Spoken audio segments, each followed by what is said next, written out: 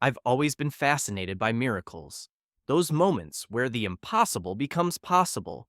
But I discovered there's a pattern, a hidden code within ancient texts that connects every supernatural breakthrough in history. From a young shepherd boy facing a giant to massive city walls crumbling from a shout, it all points to one single misunderstood chapter. This isn't about tradition or positive thinking.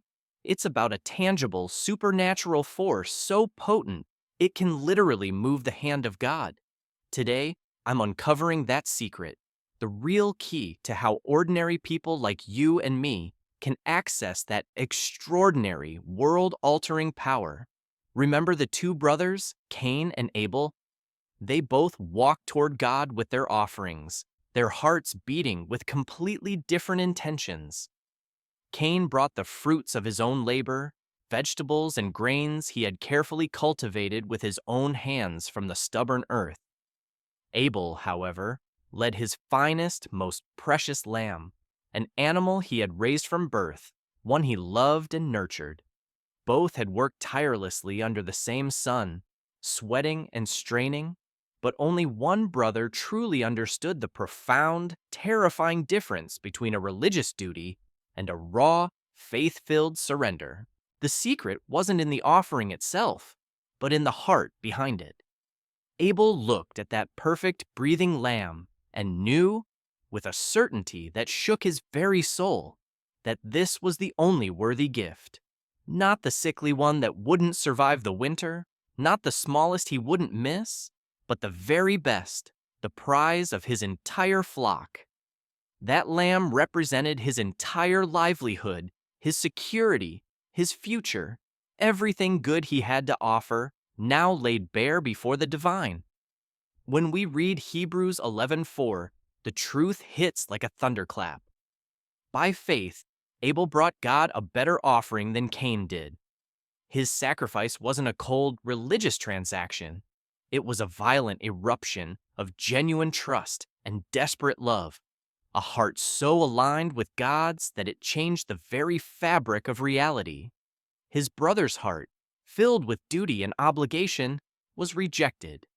This single, stark moment established an eternal principle that would echo through all of history. God doesn't just see our actions, He x-rays our deepest intentions. In a world descending into shadow and violence, one man named Enoch chose a path that defied all logic. He didn't just send up a prayer when trouble arrived or remember God during holy days. Every single morning, as the first light touched the horizon, he would speak with the Creator as if he were standing right beside him. Every evening, they would walk together through the creation, sharing thoughts, discussing the day's mysteries and tomorrow's fears. This wasn't a ritual. This was a real, breathing, walking, and talking friendship with the infinite. While others chased power and pleasure, Enoch chased the heartbeat of God himself. For 300 years, 3 entire centuries, this incredible intimacy defined his existence. Then, something impossible happened, an event that would not be repeated for generations. One ordinary afternoon, during their usual walk, Enoch simply vanished. His family searched frantically, their calls echoing into a sudden, profound silence. But Enoch was gone, not because of death or disaster, but because God loved their friendship so intensely, He decided to bring him straight to heaven. Hebrews 11:5 confirms this miraculous departure. By faith, Enoch was taken from this life so that he did not experience death. He was simply there one moment, and then, not. His life screams a truth we desperately need to hear, that this intimate daily friendship with God isn't just a spiritual concept. It is the ultimate reality, the very thing we were created for. The sun burned in a cloudless, brilliant blue sky the day God whispered an impossible warning to Noah. A cataclysmic flood, unlike anything ever imagined, was coming to drown the entire earth. Every living creature would be erased, swallowed by a churning, apocalyptic sea, except for those Noah could save inside a boat of monstrous proportions. Imagine the sheer absurdity of this command. At that time, rain was nothing but a gentle mist that watered the soil. The concept of a destructive downpour was a myth, a laughable fairy tale. The idea of enough water falling from the heavens to submerge mountains was the stuff of madness. Yet, Noah believed. Without a single question, without a moment of doubt, he embraced this insane mission. For over a century, more than a full human lifetime, the sound of Noah's hammer echoed across dry land. A relentless rhythm of obedience met with roaring laughter and cruel mockery. His neighbors pointed, children threw stones, and adults openly questioned his sanity. The crazy old man and his boat in the desert, they must have jeered. Hebrews 11:7 reveals the anchor of his soul. By faith, Noah, in holy fear, built an ark to save his family.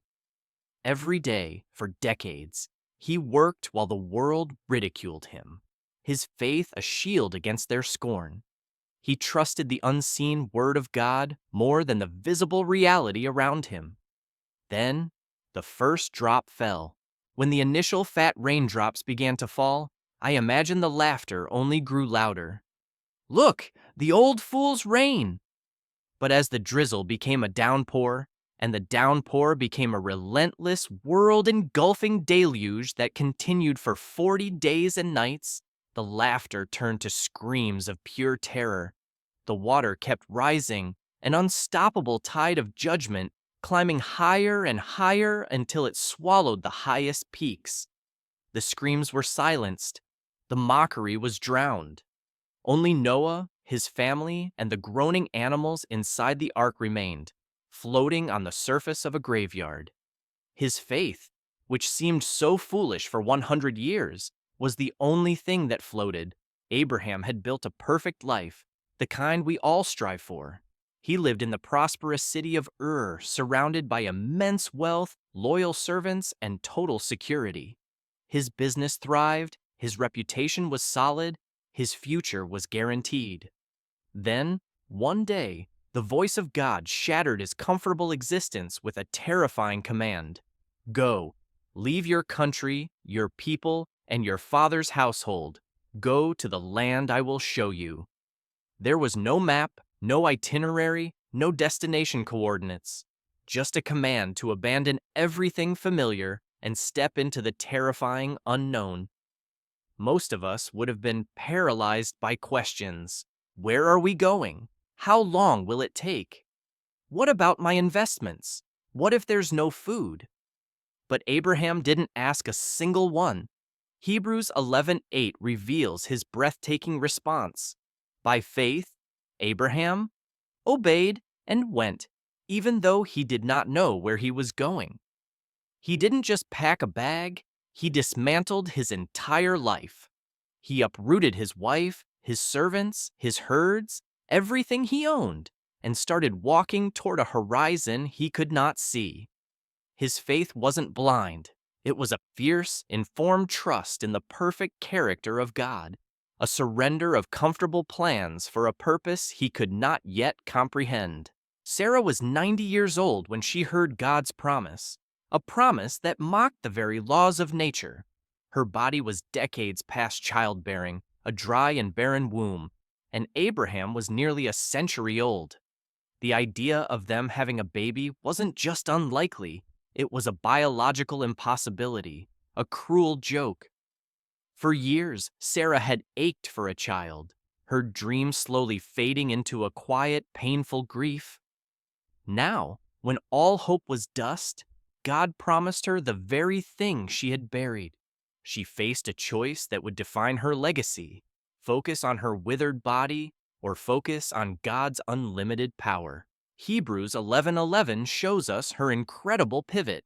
By faith, even Sarah was enabled to bear children because she considered him faithful who had made the promise. She didn't pretend her age away. She stared at the impossible and judged God faithful. She evaluated his character and staked her life on it. When baby Isaac's first cry pierced the air, Sarah's laughter of pure, unadulterated joy was a weapon that shattered the limits of the possible, proving that nothing is too difficult for the God who always, always keeps his word. Isaac was no child. He was a strong young man, old enough to carry the heavy wood up the steep, rocky path of Mount Moriah. He was smart, too, and he quickly noticed the glaring omission in their sacrifice preparation. They had fire, they had wood, they had the sharp knife. But where was the lamb? The essential element was missing. When he voiced this haunting question, Abraham's reply was layered with a meaning that must have chilled Isaac to the bone. God himself will provide the lamb for the burnt offering, my son. As they climbed higher, a dreadful understanding must have dawned on Isaac. He was the lamb. When Abraham bound his son's hands and placed him on the rough stone altar, Isaac faced his ultimate test. He was strong enough to fight his aged father, fast enough to flee down the mountain. But he didn't struggle. He didn't scream. He chose to trust, completely surrendering to his earthly father and his heavenly Father. His faith in that terrifying moment was just as remarkable as Abraham's. Even when God's plans seemed to lead to death, Isaac believed it was good.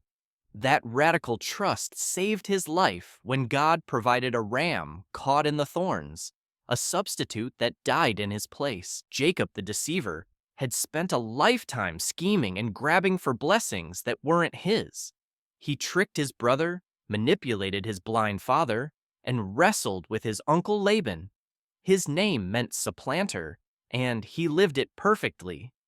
But as he lay dying in Egypt, an old, broken man, something beautiful happened. Age had taught him that all his cunning had brought only emptiness. Only God's grace truly mattered. Hebrews 11:21 captures this stunning transformation. By faith, Jacob, when he was dying, worshipped as he leaned on the top of his staff. The man who stole blessings was now freely giving them. With his final weakening breaths, he placed his hands on his grandsons' heads and spoke God's promises over their future. Leaning heavily on his staff for support, that simple piece of wood became an altar where the grasping manipulator was transformed into a generous worshiper. His deathbed scene screams that God's redemptive power can reach into the most broken and selfish of lives, turning our manipulation into worship and our deception into profound blessing for generations we will never meet. Joseph had experienced the highest peaks and lowest valleys in Egypt. From slave and prisoner to Pharaoh's right-hand man, he had everything: power, prosperity, and protection. Egypt offered him and his family absolute comfort and security. Most people would have sunk their roots deep, forgetting the promises made to their ancestors. But Joseph carried an unshakable truth in his heart that no amount of comfort could erase. As he felt his life fading, he remembered God's promise to Abraham about a specific land. He knew Egypt was never their home. Hebrews 11:22 reveals his stunning conviction. By faith, Joseph, when his end was near, gave instructions concerning the burial of his bones. He was so certain God would lead his people out that he made them swear a solemn oath to carry his bones with them during the future Exodus.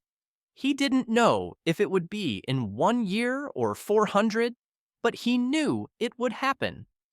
His faith reached across centuries, a dead man's trust guiding a living nation, proving that genuine faith can outlast empires, generations, and death itself. Amram and Jochebed lived under a blanket of terror, governed by Pharaoh's ruthless decree. Every Hebrew baby boy must be thrown into the Nile. Egyptian soldiers patrolled, their ears tuned for the cry of a newborn. The air was thick with fear and secret anguish. But when Jochebed gave birth to Moses, she looked into his face and saw something that ignited hope instead of fear. This was no ordinary child.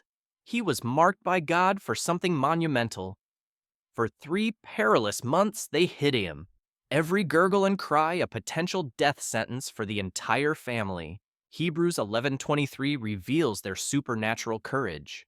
By faith, Moses' parents hid him for 3 months because they saw he was no ordinary child and they were not afraid of the king's edict. They made a conscious choice to trust God's protection over Pharaoh's evil command. They understood that protecting innocent life was infinitely more important than obeying a wicked law. Their faith gave them the courage to risk everything.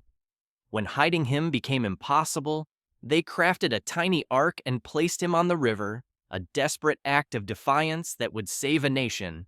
Moses grew up in the lap of Egyptian luxury, a prince with the world at his feet. Fine clothes, royal education, and unlimited power were his inheritance. But he carried a heavy secret. He was a Hebrew, one of the despised slaves his adoptive grandfather oppressed. Every day, he watched his people suffer under whips while he enjoyed privilege. The internal conflict became unbearable. He faced a defining choice: continue his comfortable lie or embrace his painful true identity. Hebrews 11:24-26 shows his earth-shattering decision to refuse Pharaoh's daughter and choose mistreatment with God's people. He deliberately walked away from the palace, choosing to suffer with slaves rather than prosper with oppressors. He saw with stunning clarity that Egypt's treasures were temporary, fleeting, and ultimately worthless, but God's rewards were eternal. Moses chose his real identity over a fake one, eternal values over temporary comfort, and God's silent approval over the world's roaring applause. It was a calculated trade, the most important decision of his life, and it positioned him to become the deliverer of millions. The Red Sea was an impossible, watery grave stretching to the horizon. Behind them, the thunder of Pharaoh's chariots, 600 elite machines of war, grew deafeningly close. Nearly 2 million people were trapped between certain slaughter and certain drowning. Panic erupted, screams filled the air. They accused Moses of leading them to die in the wilderness. But Moses heard God's voice above the chaos. He raised his staff, and the impossible happened. Hebrews 11:29 describes it. By faith, the people passed through the Red Sea as on dry land. God's wind tore the waters apart, creating towering liquid walls. All through the night, they walked on dry ground, a path of miraculous deliverance carved through the heart of the sea. Children, elderly, animals, all crossed safely between walls of water that defied physics. But when Pharaoh's army charged onto the same path, the walls collapsed with apocalyptic force, drowning every soldier. The same miracle that brought salvation to faith brought utter destruction to arrogance. The same path led to life for those who trusted and death for those who relied on their own strength. It was the ultimate demonstration of faith's dividing line. The walls of Jericho were legendary, impenetrable fortifications that had never been breached. They were thick enough for houses, tall enough to block the sun, and strong enough to defy any army. God gave Joshua a battle plan that was militarily insane. March around the city once a day for 6 days, then 7 times on the 7th day, blow trumpets, and shout. For 6 days, the people of Jericho watched from their walls, mocking this silent, marching army. But Joshua obeyed, looking foolish to everyone. Hebrews 11:30 tells the result. By faith, the walls of Jericho fell on the 7th day after the 7th march, as the trumpets blared and a unified shout erupted from thousands of throats. The very ground shook. Those massive, unconquerable walls simply crumbled into dust and rubble, collapsing inward in a cataclysmic roar. The earthquake was so precise it spared one section, where a scarlet cord hung from a window.